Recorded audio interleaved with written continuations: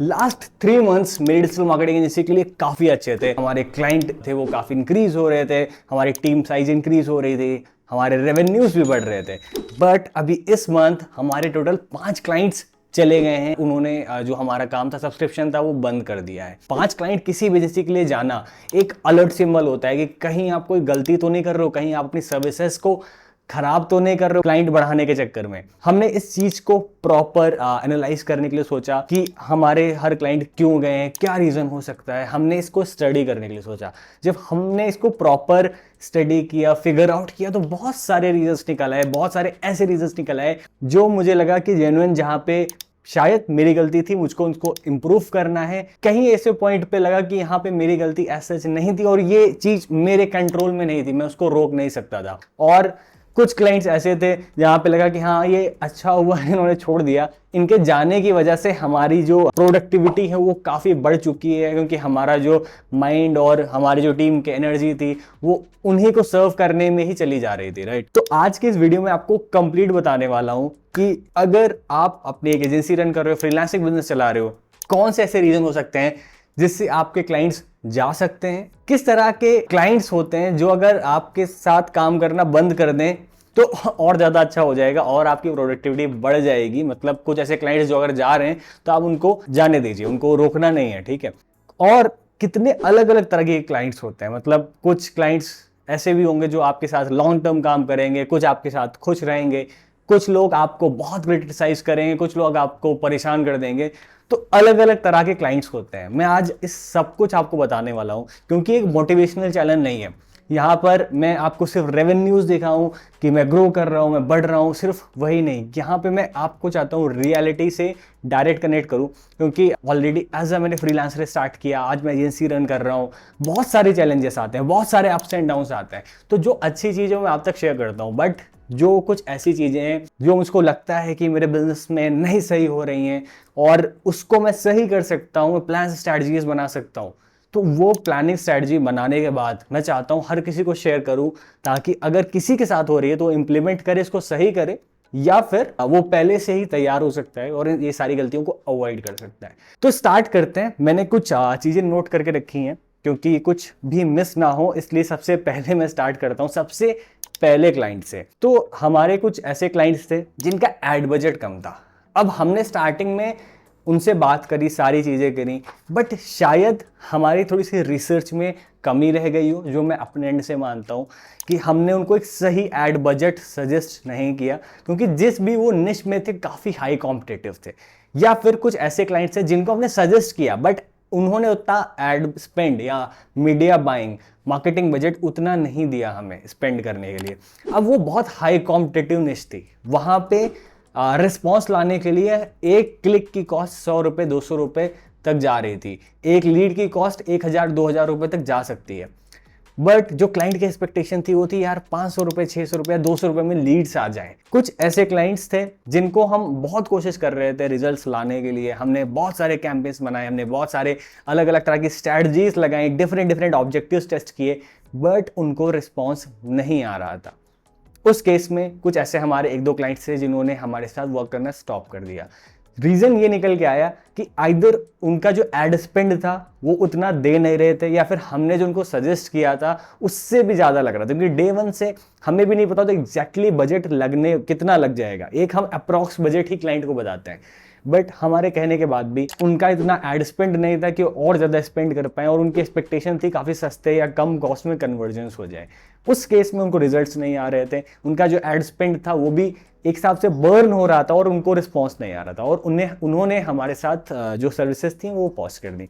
तो number 1 reason था कि एड स्पेंड कम होने के कारण हम उनको उस तरह के कन्वर्जेंस या लीड्स नहीं दे पा रहे थे, क्योंकि उतना पैसा नहीं था मीडिया बाइंग पे कि वहाँ से रिजल्ट्स ड्राइव किए जाएं। अब आते हैं दूसरे रीज़न पे, जो सबसे बड़ा रीज़न था, और ये रीज़न एक्चुअल ऐसा था कि जिस पे हमें काम करना था। और आप जितने लोग भी देख रहे हो ना, आप सब भी यही गलती कर रहे होंगे। इसमें से बहुत सारे लोग, खास करके फ्रीलांसर्स, ये गलती करते हैं। हम लोग डिटेल्स पे फोकस नहीं करते हैं। मेरे एक क्लाइंट था यूएसए का, जिससे मैंने बात करी अभी हाल में, परसों में जूम मीटिंग हुई। उन्होंने हमारे साथ सब्सक्रिप्शन बंद किया। मैंने एक मीटिंग शेड्यूल करी, मैंने कहा if you don't want to work with us then it's completely fine, but I want to know, मैं जानना चाहता हूँ कि आखिर ऐसे कौन से रीजंस थे जिसकी वजह से आपको लगा कि we are not a good fit for you. मैंने कॉल शेड्यूल करी, मैंने बात करी, उसमें से जिन्होंने जो भी रीज़न दिए उसमें से एक रीज़न मुझे सबसे सॉलिड लगा और मुझे लगा कि यहाँ पे हमारी गलती थी, हम डिटेल्स पे फोकस नहीं कर रहे थे।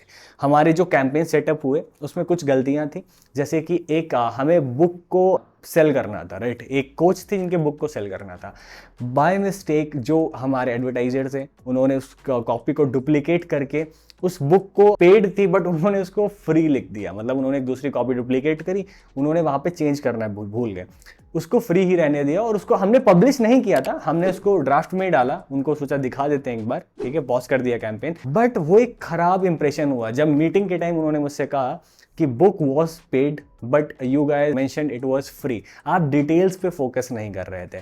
तो मैंने रियलाइज किया ऐसे बहुत सारे क्लाइंट्स होते हैं, कुछ बताते हैं कुछ नहीं बताते हैं, कुछ को उतना इम्पैक्ट पड़ता है कुछ को नहीं पड़ता है। कई बार हम वेबसाइट में स्पेलिंग मिस्टेक्स कर देते हैं, क्रिएटिव ग्राफिक्स बनाते हैं जिसमें स्पेलिंग मिस्टेक्स है, ग्रामेटिकल मिस्टेक्स, मतलब आज के टाइम अगर आप स्पेलिंग और ग्रामर की मिस्टेक कर रहे हो तो शायद बहुत बड़ी गलती होती है, या फिर इसको आप इग्नोरेंस कह सकते हो, क्योंकि आजकल इतने ज़्यादा टूल्स हैं इसको आप बहुत ईजिली अवॉइड कर सकते हो। यहाँ पे लगा कि हम डिटेल्स पे फोकस नहीं कर रहे हो और हमें इंप्रूव करना चाहिए। तो अगर आप ये गलती कर रहे हो तो आपको ये गलती नहीं करनी है, आप सही करो, वरना ये छोटी छोटी चीज़ें बहुत बड़ा इम्पैक्ट क्रिएट कर सकती हैं। थर्ड रीज़न है कि हमारे कुछ क्लाइंट्स इसलिए गए क्योंकि वो काफ़ी लो टिकट थे, मतलब वो 10,000 15,000 के बीच में थे, और ये हमारे क्लाइंट्स कुछ ऐसे थे जो रेफरल के थ्रू आए थे, क्योंकि यूजुअली हम इस प्राइस पॉइंट पे काम नहीं कर रहे हैं अभी, बट कुछ रेफरल्स के थ्रू क्लाइंट थे, मतलब ऐसा था कि किसी ने रेफर कर दिया, ऐसा था कि यार काम कर देना है उनका, ठीक है, तो हमने भी सोचा कि रेफरेंस के थ्रू आया है तो हम उसको मना ना करें और उनका हम वर्क स्टार्ट कर दें। बट उस केस में उनका जो मार्केटिंग बजट था वो भी कम था, उनका जो विजन था वो भी कोई नहीं था, वो ऐसे थे कि मैं आज से पैसा डालूं हमें कल से रिस्पॉन्स आना स्टार्ट हो जाए, और उनका जो प्रोडक्ट का प्राइसिंग था वो था कम से कम 1 लाख 2 लाख रुपए, मतलब 1 लाख रुपए से उनका प्रोडक्ट स्टार्ट हो रहा था। अब क्या हुआ, पहले महीने उनको अच्छी खासी लीड्स आई, ठीक है, बट उसमें से कन्वर्जन नहीं हुई, लीड्स क्वालिटी थी बट कन्वर्जन नहीं हुए, और उनका एड स्पेंड भी आप बिलीव नहीं करोगे ओनली 10 to 15,000 के बीच में ही हुआ था, राइट, और उनका जो मार्केटिंग बजट था वो भी 10 to 15 के बीच में ही हुआ। लीड्स क्वालिटी थी, सारी लीड्स पाइपलाइन में चल रही थी, फॉलोअर्स में चल रही थी, बट कन्वर्जेंस नहीं हुए। मतलब मैंने जो इससे सीखा है कि ऐसे क्लाइंट जिनके मार्केटिंग बजट नहीं है, विजन नहीं है, वो सीधा सोचते हैं पैसा डालें और वहां से पैसा निकलना इंस्टेंट स्टार्ट हो जाए। मतलब आई एम 100% श्योर वो लीड्स 1 महीने 2 महीने में कन्वर्ट होगी अगर आपका सेल्स और आपका ऑफर बहुत अच्छा है तो, ठीक है, क्योंकि उस मार्केट में ऑलरेडी अच्छा खासा कॉम्पिटिशन था। तो कुछ ऐसे क्लाइंट्स जिनका विजन नहीं है, जिनका मार्केटिंग बजट नहीं है, वो जा रहे हैं अगर आपको छोड़ के, तो आपको ऐसा इतना पैनिक नहीं होना है, क्योंकि वो अगर 1-2 महीने और टिक भी जाते हैं आपके साथ तो वो बहुत लंबे कंटिन्यू नहीं करते, वो ऐसा नहीं है 3 साल 4 साल तक आपके साथ काम करते हैं, उनका ऐसा कोई लॉन्गर विजन नहीं है।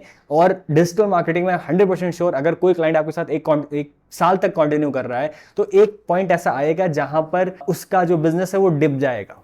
तो जो ऐसे क्लाइंट्स हैं वो उस पॉइंट पे आपको छोड़ के जाने वाले ही हैं, 100% श्योर। अब आ जाते हैं लास्ट पॉइंट पे, और इस पॉइंट में भी अगर आपके क्लाइंट्स जा रहे हैं तो आपको पैनिक नहीं होना है, आपको टेंशन नहीं लेनी है। कुछ ऐसे क्लाइंट्स जो आपका कॉल नहीं रिसीव करते हैं, आप उनको रिपोर्ट शेयर करने की कोशिश करते हैं, आप उनको बताने की कोशिश करते हैं, आप उनसे समझने की कोशिश करते हैं कि डिजिटल मार्केटिंग में क्या जो आप सर्विसेज दे रहे हो उनके क्या फीडबैक्स हैं, क्या सजेशंस हैं, उनको क्या सही आ रहा है या नहीं आ रहा है। बट हमारे कुछ ऐसे क्लाइंट्स हैं जो कभी कॉल नहीं रिसीव करते थे, उनका एड स्पेंड अगर एड बजट खत्म हो जाता था तो हम उनको बार बार कॉल करते रहते थे, 8 दिन 10 दिन 15 दिन तक भी वो एड स्पेंड नहीं ऐड करते थे।